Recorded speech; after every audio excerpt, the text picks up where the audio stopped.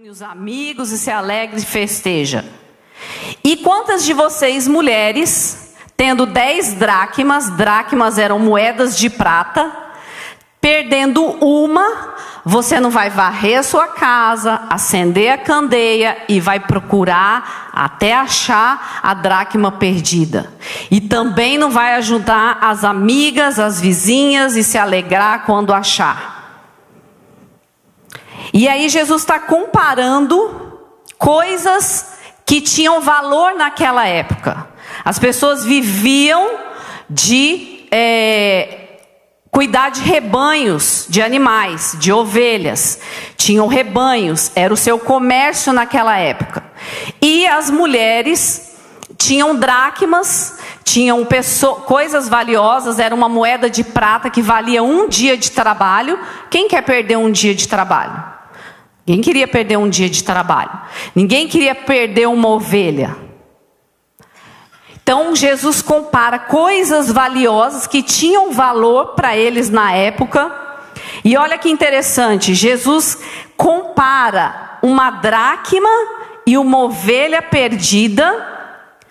Quando essas são encontradas, ele compara com a alegria no céu por um pecador que se arrepende.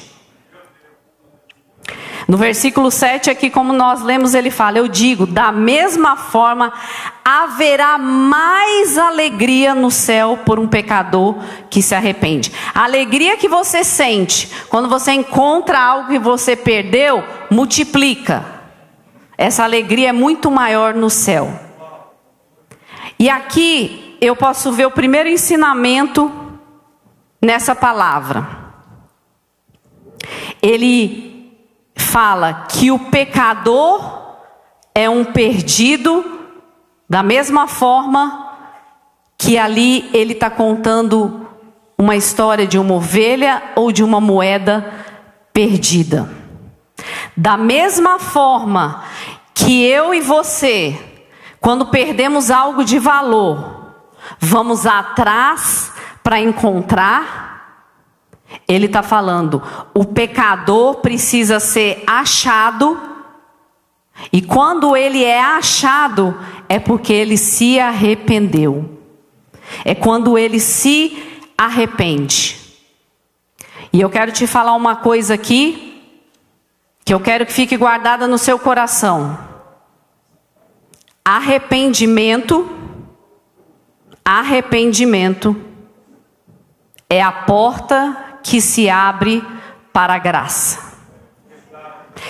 Essa é a porta que entra para a graça. É o arrependimento. Deus é tão lindo que você for olhar a história da vinda de Jesus na terra para fazer o que ele tinha que fazer, ele manda um precursor.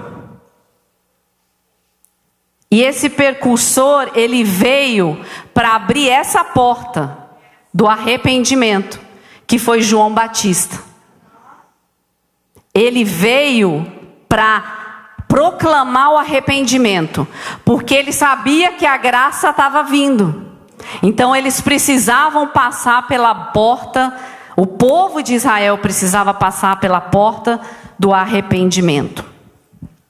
Mas aí Jesus continua ensinando em parábolas, e ele começa a contar uma terceira parábola, que é a parábola do filho pródigo.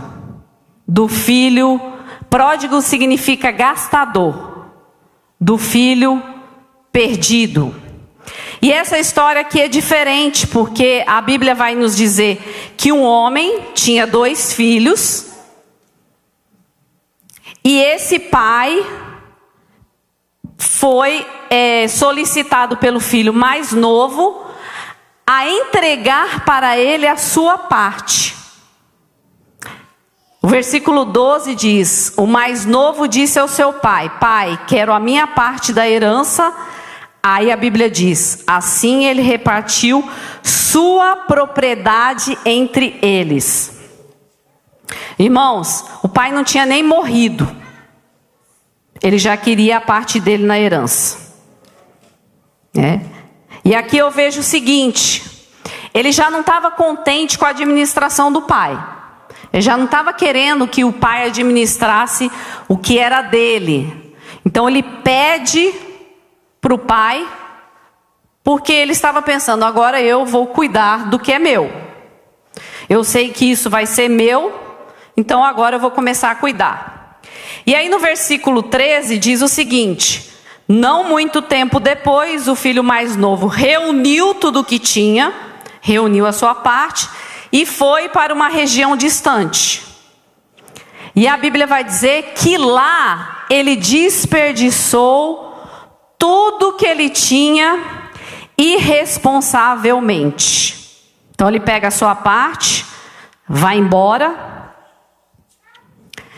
Ele decidiu.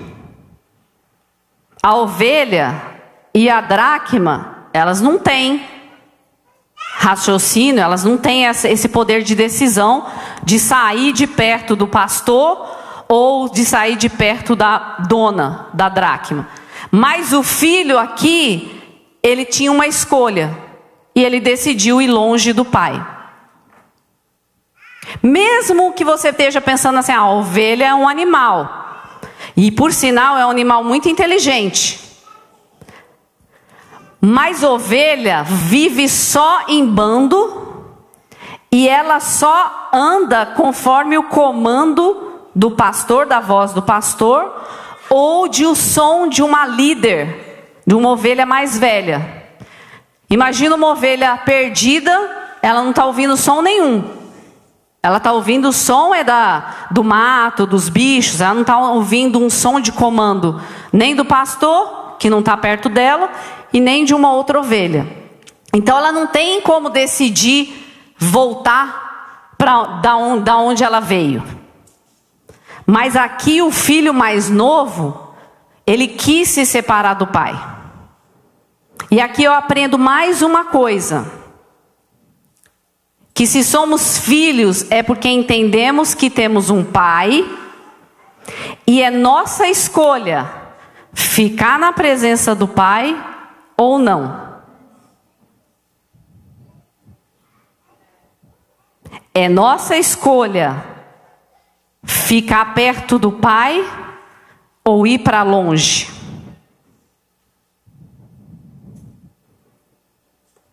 Ele decide, ele escolhe, ele resolve. E sabe o que eu entendo aqui, irmãos? Ele decidiu isso, ele quis ir para longe do pai, porque ele não conhecia o pai que tinha perto dele. A Jamile falou aqui no primeiro culto: quando a gente não conhece, a gente não quer, a gente não participa, a gente não entende. E esse filho aqui, ele não conhecia o pai que ele tinha. E aí ele vai para longe, desperdiça tudo que ele tinha, ele começou a administrar e ele perdeu tudo. Não era o pai mais que administrava. E a Bíblia vai dizer, no versículo 14... depois de ter consumido tudo, sobreveio àquele país uma grande fome, e ele começou a passar necessidade. E aqui, quando a gente pensa necessidade, a gente pensa no básico, né? Comida, roupa, lugar para morar. E aí a Bíblia vai dizer que ele consegue um trabalho. Então ele se agregou a um dos cidadãos daquela terra, e este o mandou para os campos a cuidar de porcos. Ele foi para onde? Como a gente conhece aqui? Chiqueiro. Então ele, passando necessidade, teve que arrumar um serviço e foi parar no chiqueiro. Irmãos, mais uma coisa eu aprendo aqui: que quando nós tiramos da administração do Pai, é porque a gente já não quer a presença dele e a gente quer fazer a nossa vontade. A gente quer fazer do nosso jeito. E a Bíblia vai dizer que só existe 2 caminhos. 2. Não existe mais que 2. Se você escutou por aí que existe mais de 2, é mentira do diabo. Existe só 2 caminhos. Próprio Jesus diz lá em Mateus 7: o caminho para a vida eterna e o caminho para a perdição eterna. O caminho com o Pai para a vida ou o caminho sem o Pai para a morte. Talvez ele ainda estava vivo ali no meio do chiqueiro, mas com certeza, continuando longe do Pai, ele não duraria muito tempo. E carregando isso para nós, trazendo isso para nós, na nossa vida espiritual, irmãos, tem muita gente longe do Pai, já em coma, já quase não respirando, e não entende que está longe do Pai. Eu não anotei isso não, irmãos. Deus está falando com alguém aqui. Já está começando a respirar pelos aparelhos. Precisa voltar para a presença do Pai. Porque sem o Pai é morte. Morte. E morte espiritual, irmãos, você vive nessa terra, você anda nessa terra como zumbi. Você não tem propósito, você não tem esperança, você não tem força. E nós aqui sempre vamos carregar alguém com a gente, para a vida ou para a morte. Porque o próprio Jesus, a própria palavra de Deus, nos trata como ovelhas, não? Verdade? E ovelha, irmão, não anda sozinho, como eu falei aqui. Então, cuidado com quem você está carregando, para onde você está indo. Porque tem o caminho de vida, e eu te pergunto nessa manhã, qual você tem escolhido? Porque o Espírito Santo me perguntou, qual eu tenho escolhido? Vida ou morte? Porque como eu falei aqui, irmãos, esse filho ainda não entendia quem era o pai. Ele não entendia. Mas eu estou aqui essa manhã como porta-voz de Deus, para te falar quem é o pai que você tem. Você tem um pai. Nós cantamos aqui agora que ele nos ama. Tem como explicar, irmão? Não. Se você me perguntar, tem como explicar por que Deus nos ama? Eu vou falar para você, não. Eu acho que ninguém tem a resposta aqui. Talvez um dia lá no céu a gente possa perguntar para ele. Mas nós temos que ter essa verdade, entender isso dentro de nós. Ele nos ama. E aí esse moço, no chiqueiro, fala aí comigo, chega o chiqueiro. Irmão, vocês estão dormindo? Tudo bem, nós vamos comer daqui a pouco. Vocês estão com fome, mas mais um pouquinho aí vocês aguentam. Chegou o chiqueiro. Irmão, sempre chega o chiqueiro. Sempre. A nossa escolha é, você vai ficar no chiqueiro ou você vai sair do chiqueiro? Porque a Bíblia vai dizer no versículo 17, caindo em si. Precisa cair em si, irmãos. Precisa. Olha o que ele fala. Quantos empregados do meu pai têm comida de sobra? Não era nem filho, era empregado. De sobra, e eu aqui morrendo de fome. Aí ele, nessa situação que ele chegou, dentro do chiqueiro, querendo comer. A Bíblia fala que ele desejou comer a comida dos porcos. Eu não quero nem que você imagine, senão você vai perder a fome. Vou estragar seu almoço de domingo. Mas ele desejou comer aquilo, de tanta fome que ele estava. Ele não estava com fome, irmãos, ele estava starving, que fala em inglês, que é muita fome, demais, excessiva. E aí ele caiu em si e lembrou do pai. Lembrou da casa do pai. Lembrou o que tinha na casa do pai. E aí ele começa a entender quem é o pai.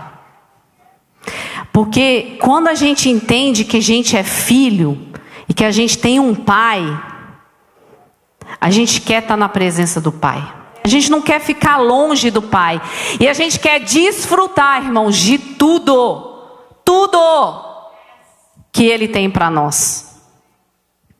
Irmãos, ele tem cuidado, ele tem provisão, ele tem amor, que é o maior de todos. Ele é a fonte da vida. Ele é a fonte da vida. O próprio Jesus disse que quem tem o Pai tem a vida. É nele que tem tudo que nós precisamos. Aqui nós vemos nessa atitude, nessa escolha desse filho, de sair da presença do pai, a gente só vai encontrar chiqueiro. A gente só vai encontrar necessidade. A gente só vai encontrar falta do que a gente precisa. Mas com o pai a gente não tem falta de nada. Nem mesmo das provas, das lutas que a gente passa, porque é para nós não nos acomodarmos. Não existe maior e melhor administrador do que o pai. E aí o filho percebe que estava pior do que os trabalhadores do pai. Os que nem eram filhos. Isso aqui dá outra mensagem, irmãos. Outra mensagem. Você é trabalhador ou você é filho? E aí, cai a ficha. Na minha época a gente falava, caiu a ficha? Caiu a ficha. Os novos aí não sabem, mas o orelhão a gente tinha que pôr a ficha. Aí só ligava, né, amiga? Só ligava quando a ficha caía. Fazia clique. Aí, pode ligar. Pá, pá, pá, pá. Caiu a ficha. E aí a Bíblia vai dizer, no versículo 18, que ele falou: eu me porei a caminho e voltarei para o meu pai e lhe direi: Pai, pequei contra o céu e contra ti. Aqui ele entra na porta do arrependimento. Porque arrependimento é quando você cai em si e volta. Arrependimento você não pode ir na mesma direção. Você tem que voltar. Ele vê o erro e ele toma uma decisão de voltar.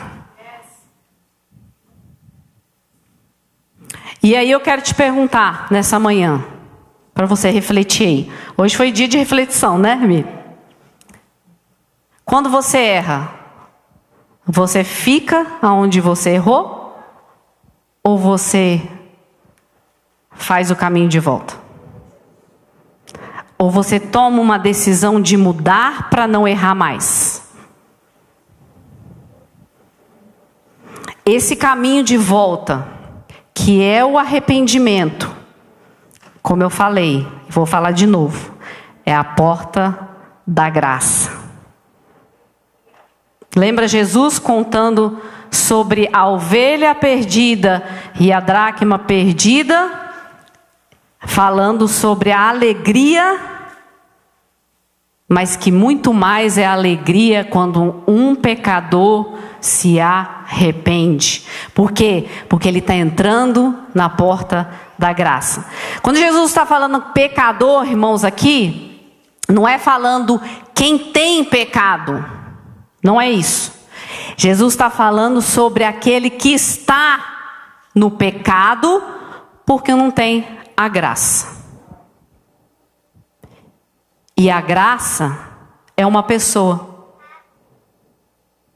A graça é Jesus.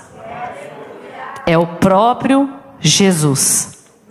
Mas agora, eu quero que vocês... Eu vou fazer uma encenação aqui, eu vou chamar meu ajudante, que nós vamos imaginar aqui o pensamento desse filho no caminho de volta. Olha, no versículo 19 ele fala assim... Que ele estava pensando em falar para o pai. Vou voltar para o meu pai e vou falar: não sou mais digno de ser chamado teu filho. Trata-me como um dos teus empregados. Ele falou no versículo 19. Então o filho vai vir. Vem, filho. E o pai está lá na casa. Tá? O pai está na casa. Vocês não saem daí não. E o pai está na casa... lá, cuidando da casa dele, casa do pai. E o filho bate na porta. Quem é? É o filho? Filho, você está de volta? Olha a sua situação, meu filho. Vem cá, eu não te falei que ia acontecer isso. Está vendo agora o que aconteceu? Esse era o pensamento do filho. Ele ia ser castigado, por quê? Porque ele falou o quê? Que ele, cadê o versículo 19? Trata-me como um dos seus empregados. Ele já ia pedir para o pai, porque ele já estava imaginando: meu pai vai me corrigir? Vai me colocar? Eu já vou falar para ele, trata como, deixa eu ficar lá no meio dos empregados. É isso que ele estava imaginando. Mas a Bíblia diz... Eu vou até tirar meu sapato, irmãos, para não acontecer um desastre. Olha o que a Bíblia diz. Estando ainda longe, o seu pai o viu. O pai vê ele vindo, longe, irmãos, longe. O pai estava lá dentro? Longe. E a Bíblia diz que correndo, o abraçou e o beijou. Irmãos, e fala cheio de compaixão. Essa palavra em grego é cheio de graça. É cheio de graça. Correu, abraçou o filho. Isso é graça. Isso é graça. O pai que espera o filho de volta. É graça. É graça, irmãos, é graça. E aí, o filho, preocupado com o que o pai estava pensando... Fala assim no versículo 21. E o filho lhe disse: Pai, pequei contra o céu e contra ti. Não sou digno de ser chamado seu filho. E aí o pai vai falar alguma coisa, irmãos? Não. Sabe por quê? Sabe o que eu aprendo aqui? Deus não quer saber do seu erro, do meu erro. Ele quer ver a mudança. Ele quer ver o arrependimento. Ele quer ver um coração sincero, voltando para a presença do pai. Aí sabe o que ele fala? Ele nem olha para o filho. Ele fala assim: traz aí a melhor roupa, sandália e anel. Eu vou deixar o melhor por último. Ele vai vir e trazer sandália, e vai colocar nos pés do filho. Irmão, sandália significa afirmação de posição de filho. Sabe por quê? Porque quem andava descalço era escravo. Filho tem sandálias. Ele está dizendo: pai, o pai está dizendo: eu não desisti de você. E agora ele manda trazer o que, irmãos? O anel. O anel para o filho. E o anel significa o que, irmãos? Aliança, perdão e autoridade. Autoridade. Deus nos perdoa. Deus nos restaura a posição de filhos. E Ele está dizendo: filho, nós temos uma aliança em amor. Isso é graça. E isso é restauração. É Deus restaurando. E agora, Ele mandou trazer o quê? A melhor roupa. Por que Ele mandou trazer? E eu perguntei para o Espírito Santo: por que é a melhor roupa e depois sandália e anel? Por que não foi melhor de tudo? E o Espírito Santo ministrou meu coração: porque Deus vai nos deu, né? E nos dá todos os dias o seu melhor, que é a vida do Senhor Jesus. E Ele veste os vestimentos, irmãos. Esse vestimento, para nós que somos filhos, é o vestimento da justiça de Deus. Porque Jesus se fez justiça por nós. Jesus se fez justiça por nós. Pode ir, meu filho. Obrigado pela sua ajuda. Meu coadjuvante. Irmãos, essa justiça de Deus é como Deus nos vê. Sabe por quê que, como a Mili falou no primeiro culto, o passado, o pecado fica lá no mar do esquecimento? Porque Ele vê Jesus em nós. Ele vê o sangue de Jesus em nós. É o sangue que nos purifica, que nos restaura, que nos justifica. Essa é a graça. Quem tem Jesus tem graça. Quem tem Jesus tem o Pai. A Bíblia diz, 2 Coríntios 5, 21, Deus tornou-se pecado por nós, aquele que não tinha pecado, para que nele tornássemos justiça de Deus. Deus se tornou pecado, irmãos, por nós. Deus, o seu Filho. Paulo em Romanos 5, 21 diz: a fim de que assim como o pecado reinou na morte, também a graça reine pela justiça, para conceder vida eterna mediante Jesus Cristo nosso Senhor. O pecado reina a morte, mas mediante Jesus nós temos vida eterna pela graça do Senhor Jesus. E em Hebreus também vai falar que sem derramamento de sangue não há remissão de pecado. Por isso que Deus vê Jesus em nós, o sangue derramado, puro. Um sangue puro, irmãos. Um sangue de alguém que nunca pecou, mas Ele era o único que poderia pagar o preço para a nossa rendição.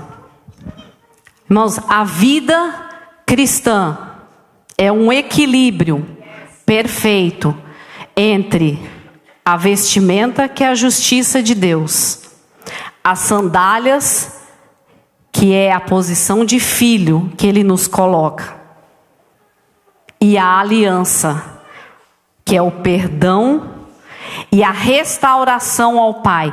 Jesus disse que nós só vamos para o Pai por Ele. E Ele nos restaura ao Pai. Paulo fala em Efésios 2:13, mas agora em Cristo Jesus, vocês que antes estavam longe, foram aproximados mediante o sangue de Cristo. Nós estamos de volta à presença do Pai pelo sangue de Cristo. E essa porta de arrependimento, ela está aberta nessa manhã. E para nós chegarmos a ter a graça de Deus, o favor de Deus, que é o nosso Jesus, nós precisamos passar por ela. Porque na presença do Senhor nós temos amor, nós temos perdão, nós temos restauração, nós temos rendição, nós temos justiça, nós temos segurança, paz e esperança. O Pai, irmãos, é tudo que nós precisamos. Esse moço estava morto e perdido. O versículo 24 vai falar: pois este meu filho estava morto e voltou à vida. Estava perdido e foi achado. E começaram a festejar o seu regresso. Talvez você não morreu ainda espiritualmente. E em nome de Jesus não vai morrer. Mas talvez você esteja perdido. Entrou aqui nessa manhã perdido. Mas eu quero te dizer que o Pai nunca nos perde. É a gente que perde o Pai. O Pai nunca nos perde. Esse moço aqui estava preocupado e pedindo para o pai não chamar ele mais de filho. E a gente nunca deixa de ser filho, irmãos. Mesmo longe. Mas o Pai, que nos deu livre arbítrio, quer que eu e você escolhamos estar perto dele, na presença dele. E essa porta está aberta hoje, da graça. O Pai está à espera. E nós temos acesso a essa porta não por mérito nosso, mas é pelo sangue de um inocente, é pelo sangue do Filho unigênito do Pai, que nós temos acesso à presença do Filho, à presença do Pai, é pelo sangue de Jesus. Você só vai desfrutar da graça se você entrar na porta do arrependimento. E eu quero te dizer nessa manhã, já terminando aqui, se você ainda não entendeu que você é filho, que você tem um pai, eu quero te dizer nessa manhã que ele tem vestimenta, sandália e anel para você nessa manhã. A escolha é sua. Mas como foi falado aqui já, eu vou repetir no primeiro culto. A gente não sabe o dia de amanhã. A gente não sabe. Hoje nós estamos aqui, mas amanhã nós não sabemos. Só o nosso Deus sabe o futuro, o dia de amanhã. Nós não sabemos. E se você não tem o filho, você também não tem o pai. E nós precisamos ter o pai e o filho, porque Jesus disse que eu e o pai somos um. E ele quer ser um conosco. Aleluias. Entenda que você é filho nessa manhã. Entenda que ele te ama e que ele enviou o seu único filho unigênito, puro, sem pecado, para nos salvar, para nos redimir. E Jesus, irmãos, é a manifestação da graça de Deus por nós. Ele morreu por todos, mas só recebe o perdão, a remissão, a redenção, só é resgatado aquele que quer uma vida vivida com Jesus, servindo ao Pai e servindo aos irmãos. Se coloque de pé. Feche os seus olhos. Eu vou te fazer um convite nessa manhã.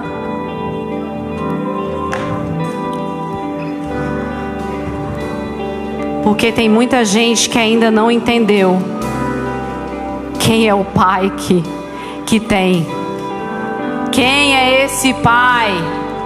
Ele é pai, irmãos. Ele não é padrasto, não.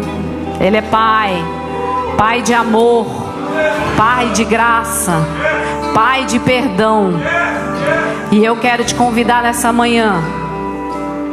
Se você se afastou do Pai, se você está longe da presença do Pai, é um dia, é hora, é momento de voltar à presença do Pai. O Pai te chama, mas a escolha é sua. Mas Ele deseja, Ele anseia por você. Por isso que Ele está aqui nessa manhã. Por isso que Ele me deu essa palavra nessa manhã. Por isso que Ele te trouxe aqui nesta manhã. Você não veio para um clube social. Você não veio para um encontro de amigos. Você veio encontrar o Pai. Porque Ele marcou esse encontro com você. Não resistis ao Espírito Santo de Deus. O Pai te chama. O Pai te ama. O Pai te quer. Nesta manhã, feche os seus olhos, Pai, em nome de Jesus. A tua palavra é tua. O povo é teu. Obrigado pela tua graça. Obrigado pelo teu amor. Obrigado, Senhor, porque o Senhor nos resgatou, nos redimiu, nos justificou. E nós estamos aqui pela tua graça, pelo teu amor incondicional, pelo teu amor que é tão grande e é tão pequeno ao mesmo tempo, que cabe dentro de nós. Nos ajuda a entender que nós precisamos de Ti, Pai. Que nós precisamos do Teu Filho também nas nossas vidas. Nós precisamos resplandecer a luz de Jesus a cada dia, a cada momento, a cada situação, a cada estação que nós passamos. Nós precisamos de Jesus. Se você quiser vir aqui à frente, receber uma oração, se colocar na presença do Pai novamente, que Ele está de braços abertos para te receber nesta manhã. Eu vou passar o microfone para o pastor, mas você tem a oportunidade nessa manhã de voltar à presença do Pai. Ele te chama.